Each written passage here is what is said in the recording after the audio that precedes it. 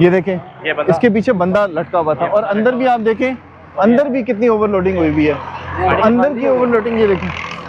अब इसकी seating capacity आप देखेंगे जब, तो सीटिंग कैपेसिटी ये देखें।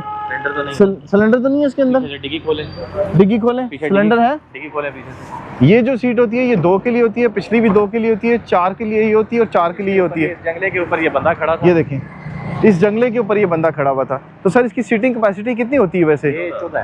14 और इन्होंने 18 बंदे बिठाए हुए थे, पीछे 2 बंदे क्यों खड़े थे?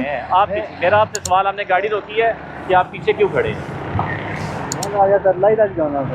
ये देखे ना, गाड़ी के अंदर जगह है तो आप पीछे क्यों खड़े हैं? गाड़ी के अंदर आप यानी कि 1-2 किलोमीटर की खातिर आप अपनी जान जो है अकेली पे रख के जा रहे हैं, सफर कर रहे हैं, आप पीछे दूसरी गाड़ी का इंतजार कर लें।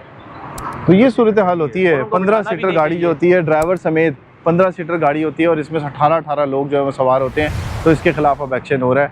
तो इस एक्शन से अगर आप बचना है, 2000 से 2 लाख रुपए जुर्माना होता है। अगर इससे बचना है तो कानून जो है उस पर अमल दरामद करना ज़रूरी है, ताकि आप लोग भी चालान से बच सकें।